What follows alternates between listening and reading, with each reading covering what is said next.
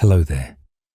Tonight I'm going to take you on another quiet journey into the forgotten folds of history.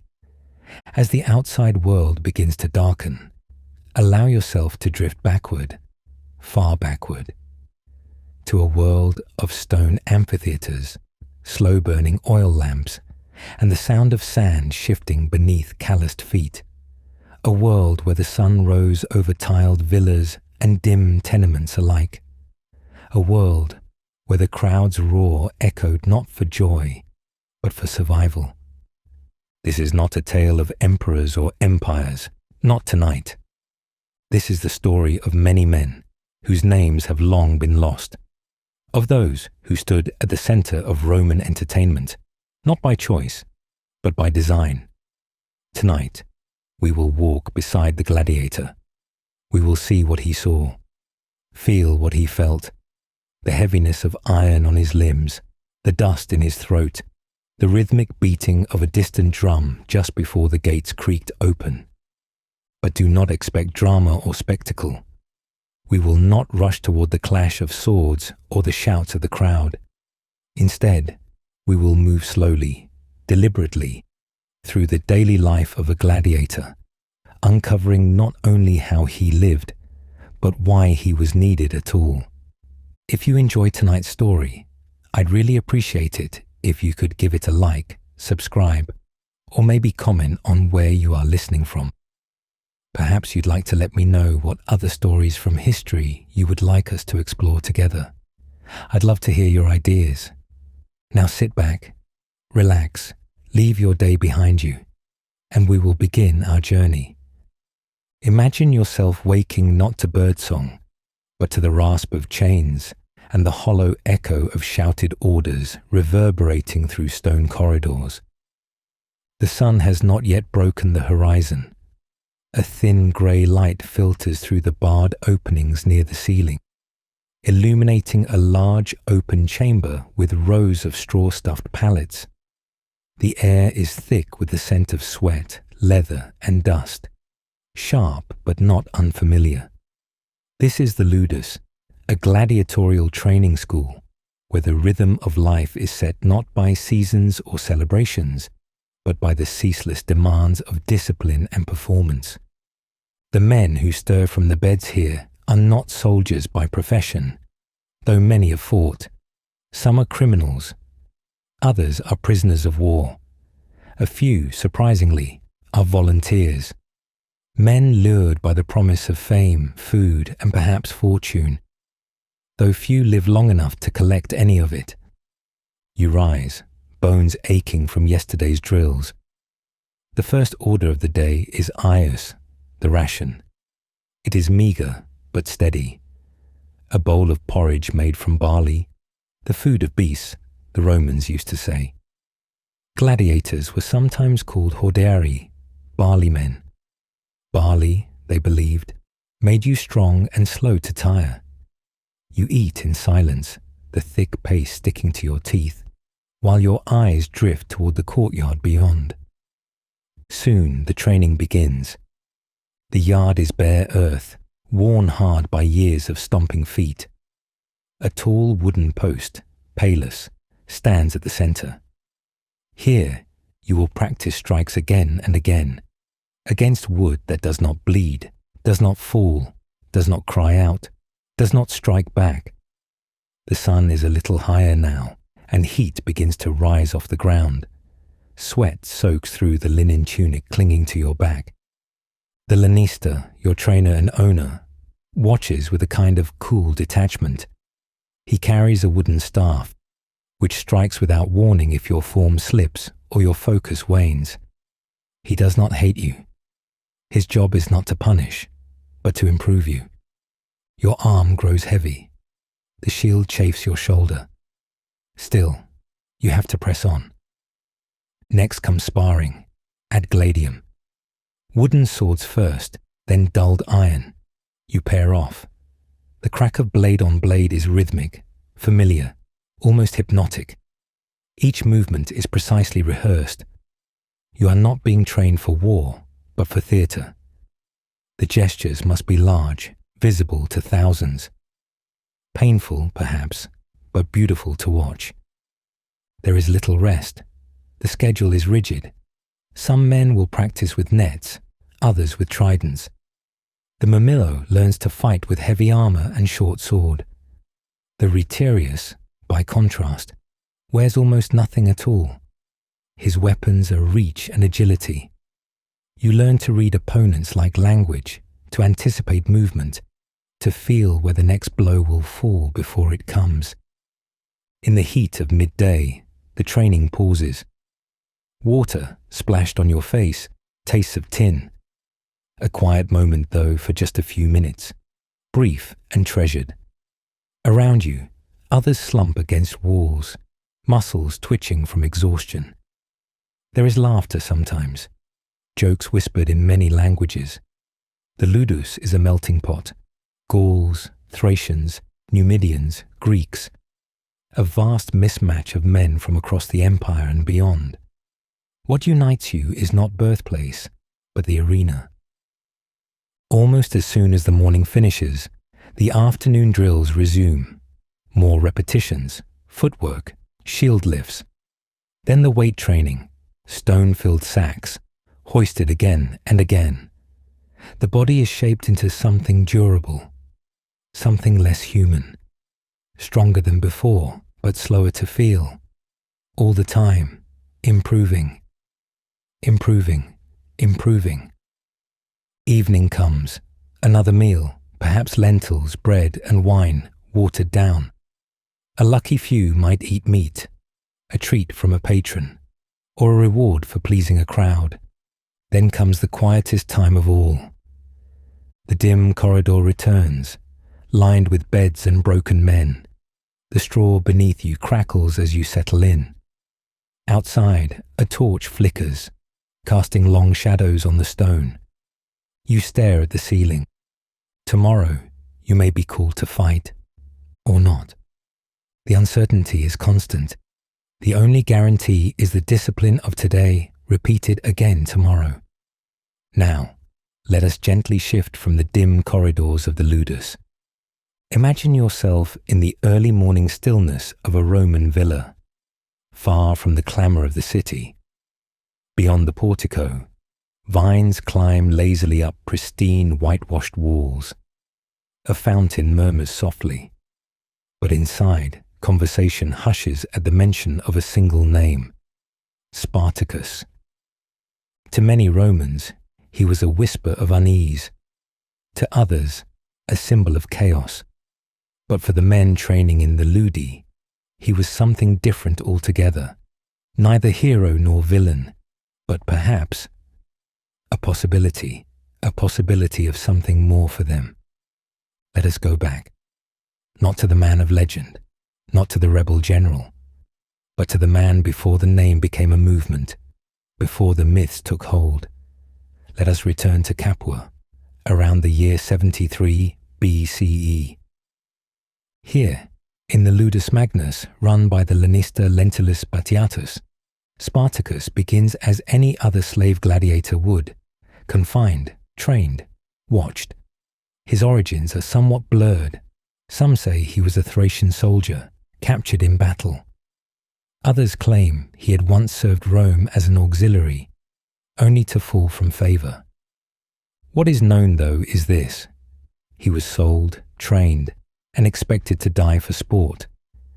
Imagine his days, the sharp discipline, the repetition, the quiet camaraderie with fellow fighters. Spartacus would have eaten the same barley gruel, slept on the same straw mattress, sweated under the same sun as any other man beneath the Lannister's eye. But there was something in him that resisted. It began with whispers. The men of the Capua Ludus were not mindless brutes. Among them were former soldiers, thinkers, survivors. And under Spartacus's influence, they began to speak quietly of escape. Not rebellion, not yet, but escape. Escape to freedom. There are no stirring speeches recorded, no fiery proclamations, only the slow gathering of resolve.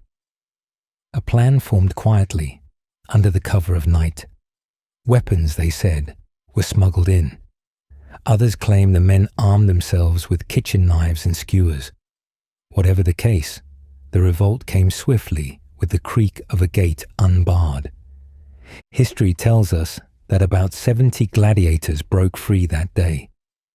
They raided a roadside wagon for proper arms and took refuge on Mount Vesuvius, not the volcano as we now know it, but a wooded hill outside the city, full of hidden paths and defensible positions.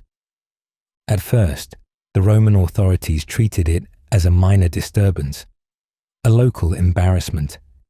Slaves had escaped before, after all. But this was different. It grew. More fugitives joined. Not just gladiators now, but shepherds, peasants, and workers from surrounding farms. Their numbers swelled. 10,000, then 20, then perhaps more. But let us stay with Spartacus, the man, not yet the symbol. He did not seek to conquer Rome, not truly. His goal, as far as the fragments tell us, was freedom. Escape over the Alps, away from the empire's grasp. Yet Rome could not allow such a thing. How could it? It was Rome. Imagine the quiet strength required to command such a disparate group. Men of many languages, backgrounds, and tempers. Spartacus, it is said, organized camps with strict discipline. He forbade looting, punished excess, and trained his followers not as raiders, but as soldiers. For nearly 2 years, they eluded capture. They defeated Roman forces sent to subdue them. First hastily assembled militias, then proper legions. Time and again, Spartacus used terrain, timing, and understanding of Roman tactics to outmaneuver his enemies. This was not savagery, this was strategy. But eventually, the tide would turn. The Senate, humiliated, finally sent Marcus Licinius Crassus with 8 legions to finally bring an end to the embarrassment. This time, the net tightened. The Alpine escape route was blocked. Spartacus, seeing no path forward, turned south again. It was here, in the toe of Italy, that the final confrontation would come. We do not know exactly how Spartacus died. No body was ever identified. Some say he charged into the thickest part of the Roman line, determined to meet his end in battle. Others claim he fell beside his comrades, a sword in each hand. What we do know is this: his army was crushed. Thousands were killed. 6,000 survivors were crucified along the Appian Way, a slow, deliberate warning, stretched across miles of road, a grim garland for the empire's pride. The revolt was over, and yet the name remained. To the Roman elite, Spartacus was a ghost of rebellion. To the arena fighters, he became a murmur passed between whispers, a sign that resistance, however brief, was not impossible. Even centuries later, Roman poets and historians struggled to write about him without unease. They could not deny the courage, nor the fear he inspired. Spartacus, the man, the gladiator, the rebel, faded into history not with glory, but with silence. The gladiator of gladiators, a hero to them all. Now, let us descend even deeper into the gladiatorial world, not only into time, but into the very foundations of the Roman world. Beneath the grand stone amphitheatres, those massive ovals that once pulsed with the thunder of tens of thousands of spectators, lay hidden spaces, dark corridors, cool, damp chambers, passages rarely seen by the public, spaces that whispered secrets, long after the roar of the crowd had faded. Let us explore these underworlds, the hippodrome of the Colosseum and beyond, not with the urgency of excavation, but with quiet curiosity. Each stone, each shadow, holds a trace of a life that once moved through these places. A gladiator, perhaps, standing in the dark, waiting for the gate to rise, or an animal handler listening to the breath of a lion just beyond the wooden grate. Let us begin in silence beneath the Colosseum, Rome's grandest amphitheatre. Above, it towers with marble arches and tiered seats. But below, something very different. The hypogeum, meaning underground, was a labyrinth of tunnels and cells constructed years after the Colosseum's initial opening. Imagine it. 2 levels of passageways and trapdoors, wooden platforms operated by pulleys, lifts that hoisted animals and fighters alike onto the arena floor in moments of surprise. To a spectator, it might seem as though a lion appeared from nowhere. But below, in the darkness, that illusion required careful preparation and human hands. The air here is thick. The stone walls are cold to the touch, even in summer. You can still see the slots where wooden beams once fit, the grooves worn by ropes and gears. Quiet now, but once bustling with activity. Dozens of men preparing for the choreography of death above. There are places here where iron rings still protrude from the walls, used to chain animals, and sometimes men. Some chambers were small and narrow, barely wide enough for a person to lie down. These were holding cells. A gladiator might spend hours, perhaps days, in these spaces before a fight. Imagine standing in one of these cells, your back against the stone, the only light from a thin opening above. You hear the faint sounds of the crowd filtering down, cheers, laughter, the dull rhythm of drums, then the creak of machinery, a signal. The gate begins to rise. Archaeologists studying the hypogeum have uncovered more than architecture. In the dust, they have found bits of leather, pieces of iron, and bones, some animal, some human. Not all bones bear signs of violence. Some show illness, malnutrition, even age. Not all who entered the arena were young. One mystery remains unsolved. The small inscriptions etched into some walls. Gladiators' names scratched with fingernails or crude tools. Marks of resistance, or simply a way to be remembered. Elsewhere in Rome and throughout the empire, other amphitheatres held their own secrets. In the city of Pompeii, frozen in time by volcanic ash, an arena still stands. And within its grounds, archaeologists found remains that speak not only of combat, but of ritual. At the entrance, a painted mural once depicted a gladiatorial duel. But inside the corridors, fragments of pottery and bone suggest feasting and sacrifice. It is believed that some events blended performance with ceremony. The line between blood sport and sacred rite blurred, even erased. Beyond the city, in rural amphitheatres long forgotten by grand histories, excavations have revealed wooden seating, suggesting that not all spectacles were lavish. Sometimes, a fight was staged for just a few hundred local townspeople. The gladiators were not famous. No poets recorded their names. But the rituals remained the same. The entry, the salute, the contest. In Britain, in the remains of a Roman fort at Chester, archaeologists unearthed a series of carved stones with inscriptions that hint at mock sea battles, naumachia, possibly staged in temporary flooded arenas. If true, this would mean entire amphitheatres were designed to be submerged, a quiet feat of Roman engineering meant to dazzle and distract. But always, beneath the spectacle, a common thread, labour, the work of slaves, carpenters, handlers, and the fighters themselves. The illusion above could only exist because of the toil below.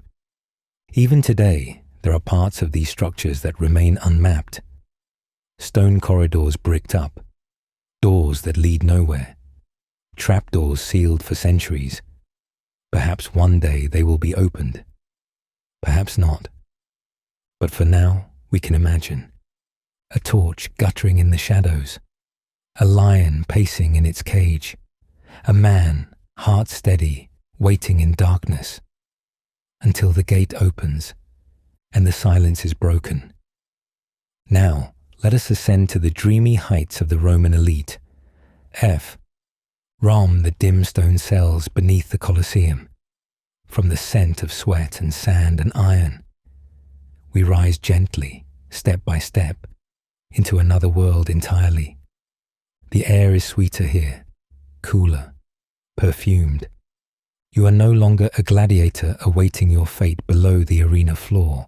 Instead, imagine yourself clothed in soft wool or fine linen, your feet resting on cool marble, the sun tempered by a canopy stretched high above your head. You are seated among the Roman greats in the Manianum Primum, the best seats in the amphitheatre, reserved for senators, magistrates, and the most favoured of Rome's citizens. The contrast is almost dreamlike. Here, amid the colonnades and mosaics, gladiatorial combat is not a matter of survival. It is entertainment and status and politics. A senator might host games to curry public favour, celebrating his appointment or a military victory. A wealthy patron might sponsor an entire series of contests to elevate his family name.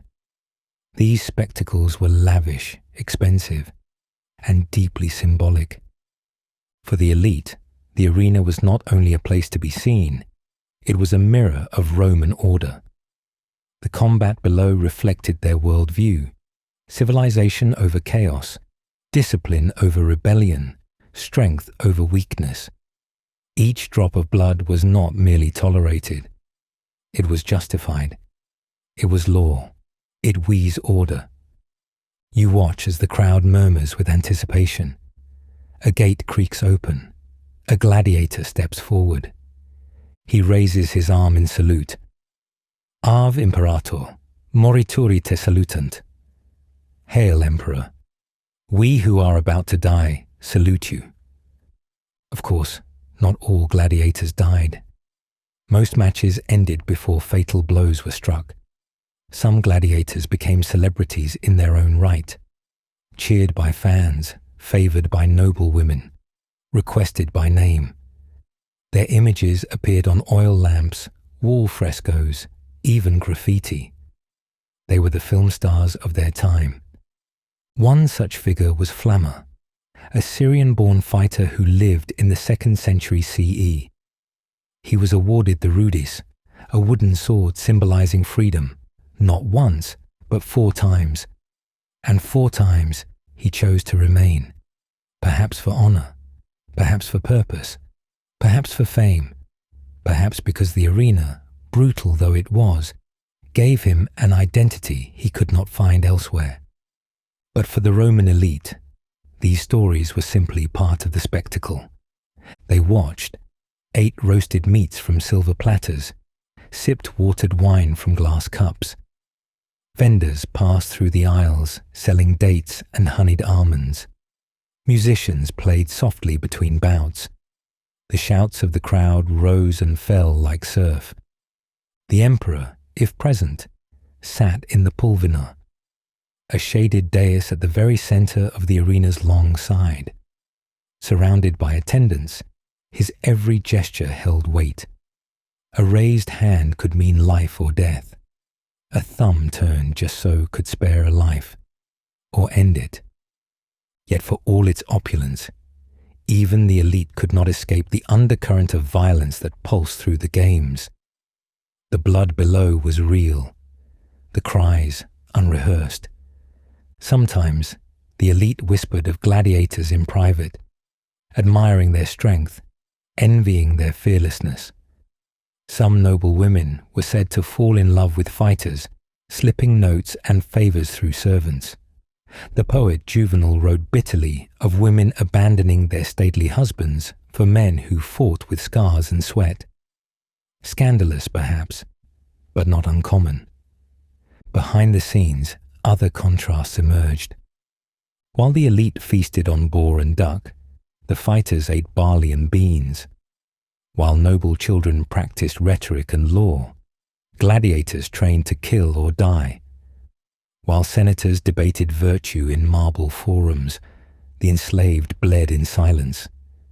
And yet, at moments, their paths crossed in curious ways. A senator's child might visit the ludus, gazing in fascination at the fighter's discipline. A noble patron might sponsor a retired gladiator, granting him land or a small pension. Some fighters, those lucky enough to survive, were hired as bodyguards, their status a strange mixture of revulsion and respect. But always, the divide remained, between those who watched and those who were watched, between the comfort of the shaded seats and the heat of the sand.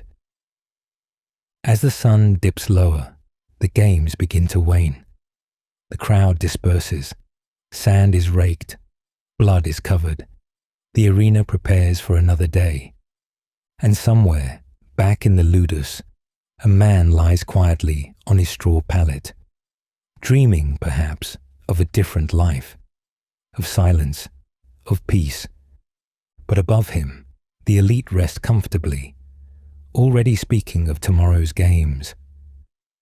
As the stars slowly emerge above the Roman skyline, casting their pale shimmer over the tiled rooftops and olive groves, we return to the gladiator, to the quieter hours of his life. It is evening now. The arena is empty. The dust has settled. The crowd has dispersed. And within the thick walls of the ludus, a different rhythm resumes. One less violent, but no less deliberate. Imagine the stillness of a Roman training compound at dusk. The light grows soft. Torches sputter to life along the colonnades. The heat of the day clings faintly to the flagstones. The scent of oiled leather lingers in the air. The gladiators, bruised and aching from hours of sparring, have returned to their quarters. Their footsteps are slow now. Voices hushed. There is no shouting here, no spectacle. Just the quiet routine of survival. The world beyond the gates fades into irrelevance. The evening meal is simple. A thick vegetable stew, dense bread, perhaps a slice of salted fish. They eat seated on benches or crouched near the training yard. Some speak in low tones, Latin, Greek, Punic, Gallic. A chorus of accents woven together by shared fate. Others eat in silence, eyes downcast, lost in thought. After the meal comes the tending of wounds. There is no physician for the unranked, only salves and scraps of linen.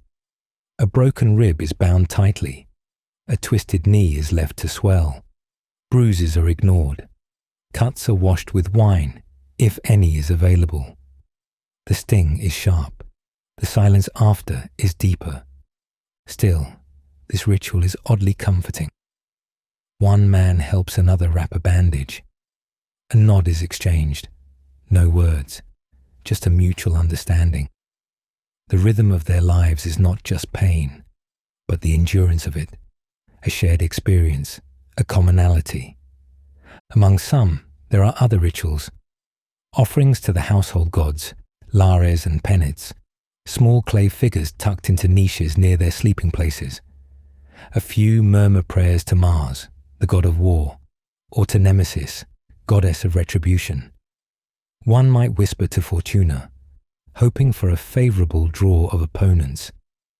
Another might simply close his eyes and speak to the spirits of the dead, comrades gone before. For those who are not slaves, those who volunteered, who took the Octorati oath, the rituals are different still. They may polish their weapons, practice footwork in the dim light, or recite chants from their homeland. Their reasons for fighting are varied. Some seek redemption, others coin.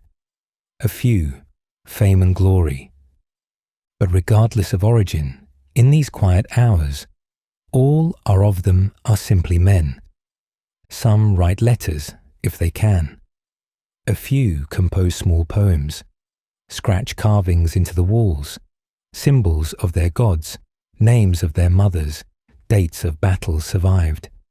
And then there are the dreams. As sleep approaches, the ludus grows still, the torch is dim. A distant owl calls from the courtyard fig tree. Somewhere a dog barks once, then falls silent. You lie back onto your straw-filled pallet, staring at the wooden beams above. Your body aches. Your fingers twitch with the memory of the day's drills. Somewhere across the room, someone murmurs in sleep. Someone else coughs, a low, wet sound. And you begin to drift. Not into nightmares exactly, but into memories. Of a riverbank perhaps, in your home village. Of a meal shared with someone now gone. Of sunlight on your face, warm and without threat. A time before the ludus, before the chains, before the sand. In the half-light of sleep, the mind softens. Sharp edges blur. Even the harsh rhythm of a gladiator's life can be forgotten, if only for a few hours. You do not know what tomorrow brings, whether it will be more drills or the arena, whether you will spar with a friend or fight a stranger before thousands. But that is tomorrow. The gladiator lives for now. Let us linger now in the realm of lives not extinguished, but extended. For while many stories of the arena end in blood and sand, not all gladiators died beneath the crowd's gaze. Some lived, some endured, and among them was Marcus Attilius, a name recorded not in scrolls of triumph, but etched quietly into the annals of Roman graffiti. Unlike Spartacus, Attilius was no slave.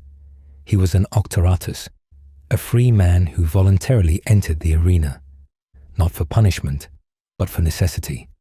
A man in debt, a man with few other options. Perhaps dishonor had marked his name. Perhaps desperation had narrowed his path. Perhaps no choice was left but to fight. So he chose the ludus, and from that moment on, he belonged to it. Attilius's story is known to us not from poetry or official records. There are no books or ancient manuscripts about him. All we know is from a fragment of painted wall in Pompeii. There, in simple red pigment, we find the name, Attilius. Alongside it, the record of his victories. 2 opponents defeated, Hilarus and Lucius Felix, both seasoned fighters, both from the imperial school. He was the underdog, a newcomer, and yet he won, twice. Imagine this man, not a hero in the traditional Roman mold, not a general, not a senator, just a man who took up the gladius and stood under the open sky. His first match was against Hilarus, a veteran from Nero's own gladiator school. Hilarus had fought 14 times. He was decorated, experienced, known. Attilius was new, and yet Attilius won. No crowd expected it, no bookkeeper predicted it, but he fought with the relentless skill of a man with nothing left to lose. Perhaps that is why he survived. His victory was not triumph, it was persistence, precision, timing, control. He went on to fight Lucius Felix, another seasoned opponent, and again he prevailed.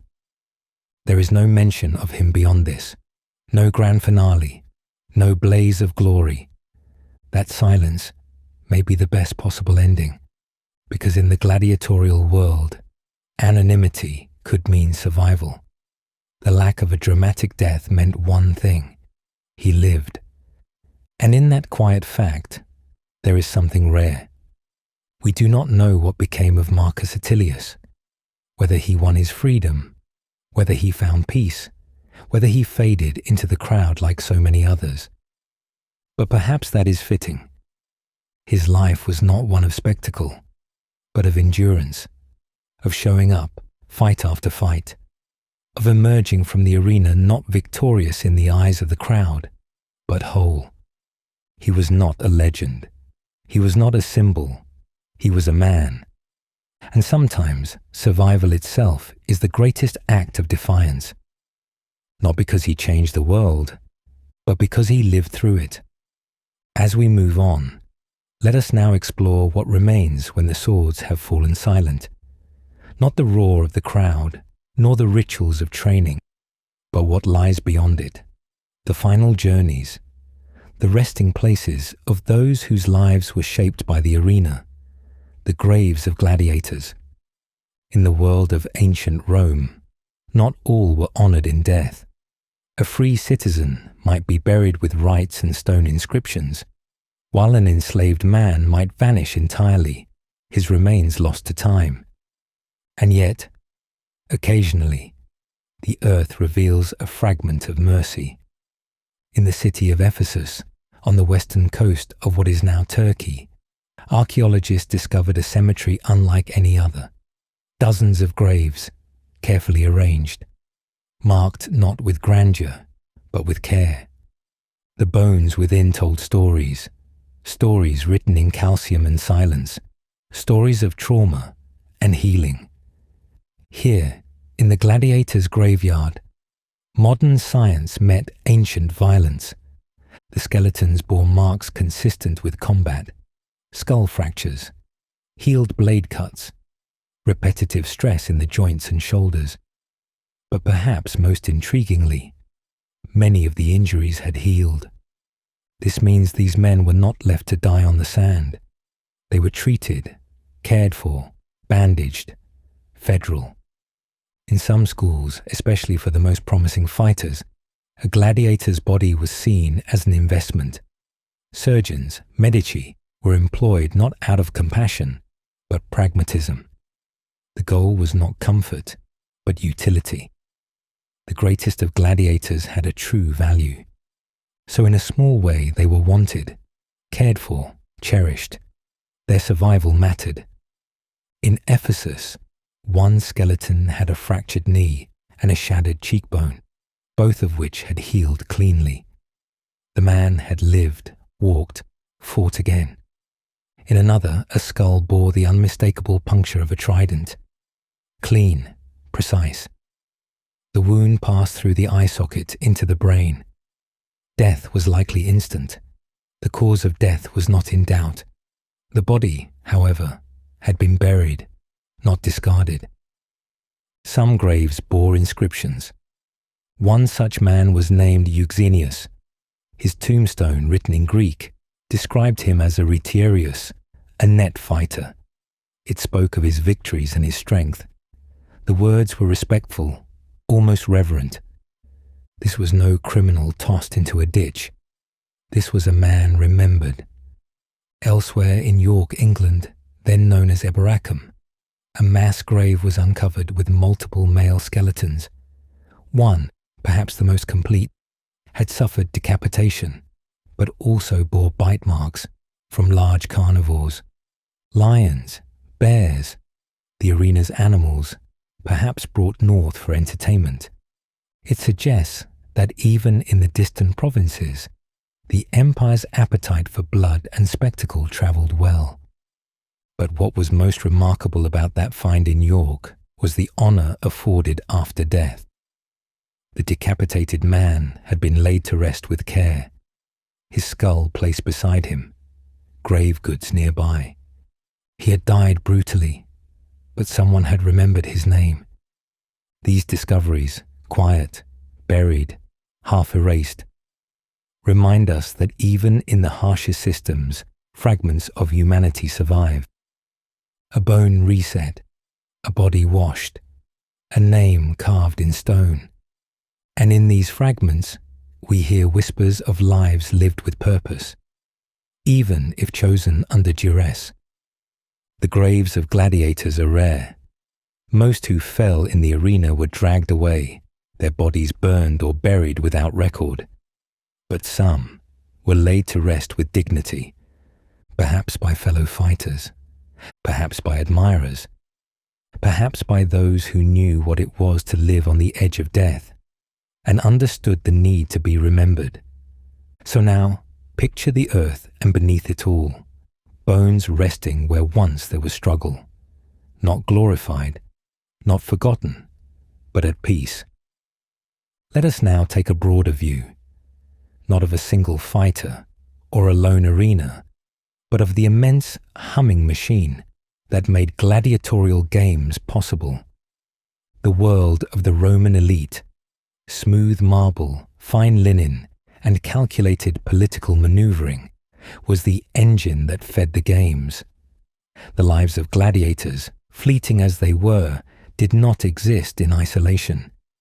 They were the product of a society that wove blood into the fabric of public life. To understand the life of a gladiator, we must understand the system that required him. Imagine yourself walking through a Roman city on the morning of the games. The streets are unusually busy. Children weave between toga-clad men. Vendors prepare carts of roasted nuts, olives, and honeyed pastries. Musicians tune instruments near the gates of the amphitheatre. The scent of grilled meat mingles with fresh garlands of flowers strung across doorways. There is a sense of celebration, but also a charge, an edge, not unlike the way one might feel before a storm. For many, the games are a public holiday, a chance to escape the labour of fields or shops. For the elite, they are a statement of power and wealth. Aediles, the name for elected magistrates, were often responsible for staging the games. It was a costly affair, the hiring of gladiators, exotic animals, musicians, heralds, carpenters, physicians, even cooks. But the cost was part of the point. Spectacle demonstrated wealth, lavishness and control, and the favour of the people could be secured through such generosity.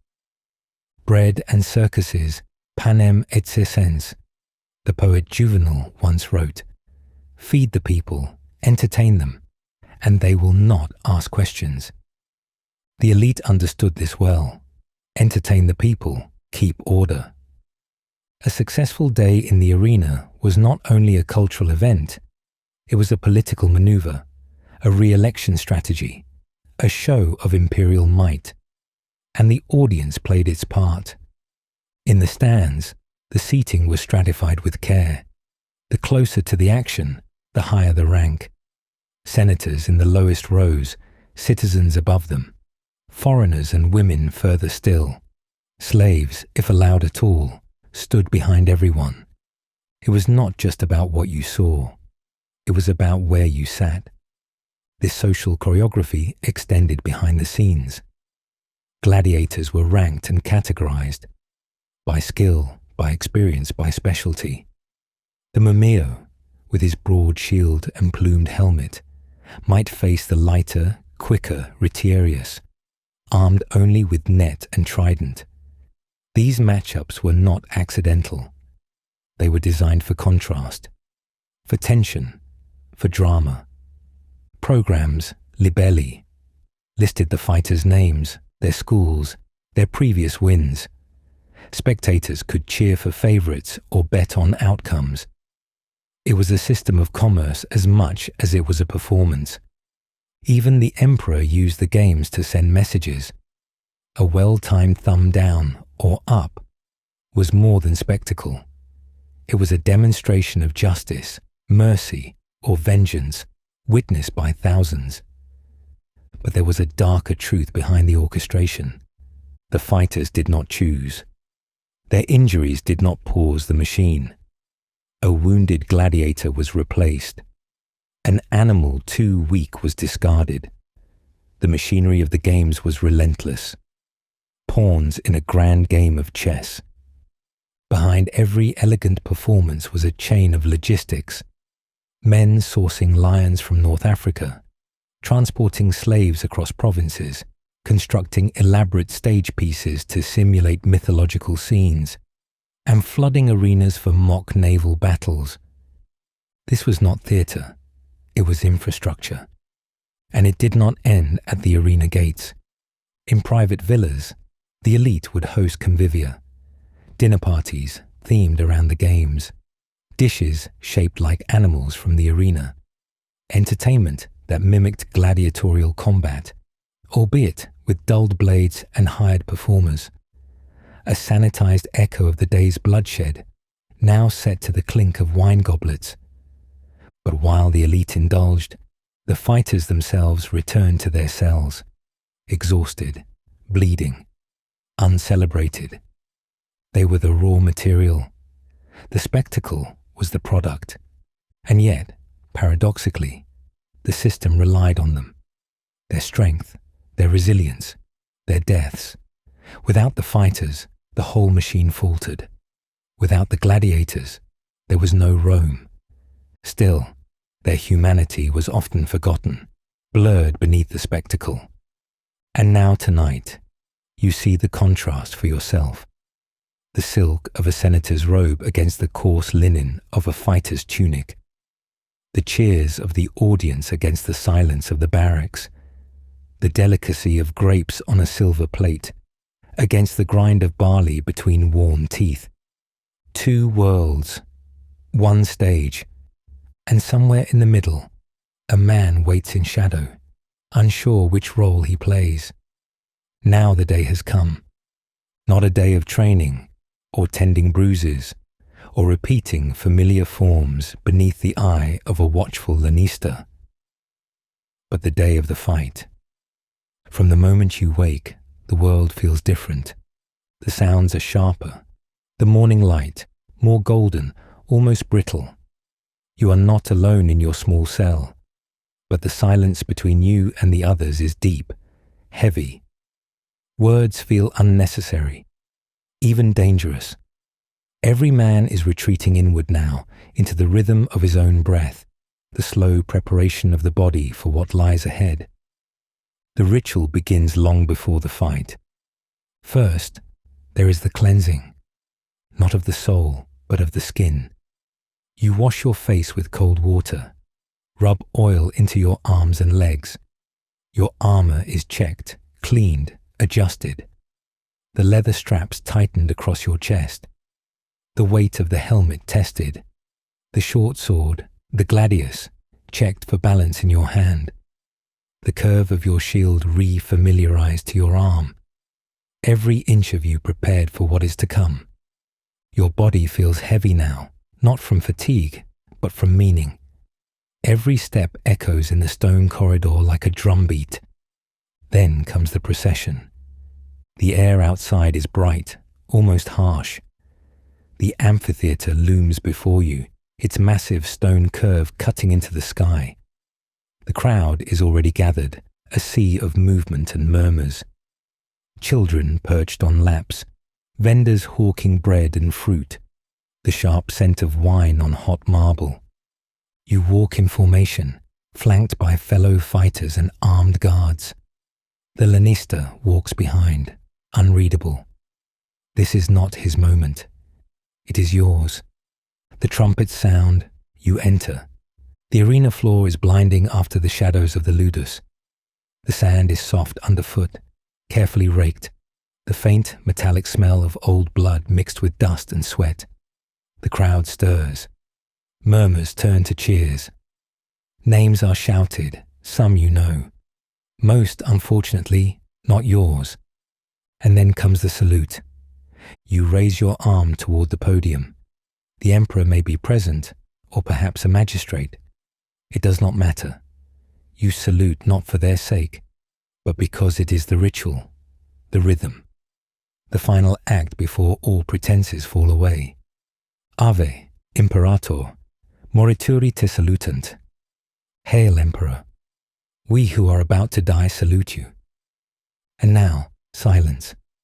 Across from you stands your opponent. He may be someone you trained with, a stranger from another school, a man with fear in his eyes or with cold calculation. It makes no difference. It is just you and him. The match begins with no announcement, only a signal, a dropped handkerchief, a raised staff, and then movement. You circle, measure, each footstep slow. The sand shifts beneath you, softening your stance. Your heart beats hard, not with panic, but with purpose. This is not a flailing clash of blades. It is chess. Every feint, every step, every breath. Trained, repeated, measured. The fight may last minutes, sometimes less, sometimes much longer. You strike, block, dodge. The clang of metal is duller than the crowd imagines, more muted, like hammer on wet stone. The world narrows to the space between you and him. You do not hear the cheering. You do not see the faces, only the motion. And then he stumbles. Perhaps your shield finds his ribs. Perhaps your blade cuts a shallow path along his thigh. He falls. Or maybe you do. The sand swallows knees, twists ankles. One final push, one last effort, and then the crowd erupts. Victory? Not yet. The final decision does not rest with you. If your opponent yields, raising a finger in the sign of surrender, the crowd waits. The official raises his hand, looks to the podium, and then the verdict. Thumbs. Despite popular myth, the gesture was often less clear than we imagine. Sometimes it was a turned fist, a flat palm, a downward motion, but the meaning was unmistakable. Death or mercy. And you, wait. If mercy is granted, your opponent is dragged away, tended to. If not, you deliver the final blow, clean, fast, without hesitation. Not out of cruelty, but duty. And when it is done, you rise. Your breath is ragged now. Sweat stings your eyes. Your limbs shake, not from fear, but from the come down, the sudden absence of danger. You leave the arena not in triumph, but in silence, numb and without thought. Back in the ludus, a physician may check your wounds. A slave might help you remove your armor. The straps peel away like skin. Your tunic is damp with blood, yours or another's. You cannot be sure. A bowl of water, a scrap of bread, a few words, muttered by those who saw your fight. Some will envy you, others will fear you, most will forget by tomorrow. But you remember everything. The weight of the sword, the feel of sand beneath your feet, the moment between breath and death. The day of the fight is over, and now, as the last embers of our journey glow softly in the dark, let us return, not to the roar of the crowd or the sting of the sword, but to stillness. The arena is empty now. The torches have long been extinguished. The sand lies smooth once more, raked by quiet hands in the fading light. The marble tiers sit silent, their shadows stretched long across the ground. The great Colosseum, once vibrant with spectacle and blood and noise, now slumbers under the stars. The crowd has gone home. The vendors have packed their stalls. The noblemen retreat behind closed doors, their evening wine poured, their thoughts already drifting to the next day's pleasures. And somewhere, in a quiet corner of the ludus, a man sits cross-legged on the floor, staring into the glow of a single oil lamp. He survived today. He may not survive tomorrow. But in this moment, there is quiet and breath and the faintest flicker of peace. The gladiator's life was harsh, brief, and often cruel. And yet, it held a strange kind of order, a rhythm of discipline, ritual, and resolve. He was forged in sweat and shaped by violence. But he was not only that. He was also memory, muscle, humanity enduring despite every effort to erase it. We think of gladiators as doomed, faceless figures, symbols of brutality. But they were not myths. They were people. They laughed. They feared. They hoped. Some rose from chains to freedom. Some died with their names unknown. Some were remembered in paint, or in stone, or in the careful lines of a ledger, and others simply vanished. Yet even now, their footsteps echo in the corridors of ancient arenas, in the halls of museums, in the quiet imaginings of those who wonder what it might have been like to live a life defined by combat, but not only by it. And so we reflect on the sands once soaked in silence, on the hands that swung the sword, on the breath drawn before the gate lifted, and most of all, on the gentle truth beneath it all, that every life, no matter how brutal its circumstances, still holds moments of stillness, of choice, of quiet meaning. As you lie back now, in your own time, your own bed or chair, your own world, so far from the dust of the Colosseum, feel the softness beneath you, the safety of the present, the warmth of comfort hard-won by generations who came before. Let the rhythm of their lives fall away. Let the torches go dim. Let the sand settle once more.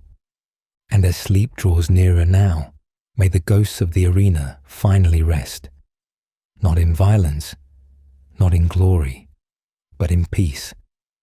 I wish you a peaceful rest, and may the past stay gentle as you drift into your dreams.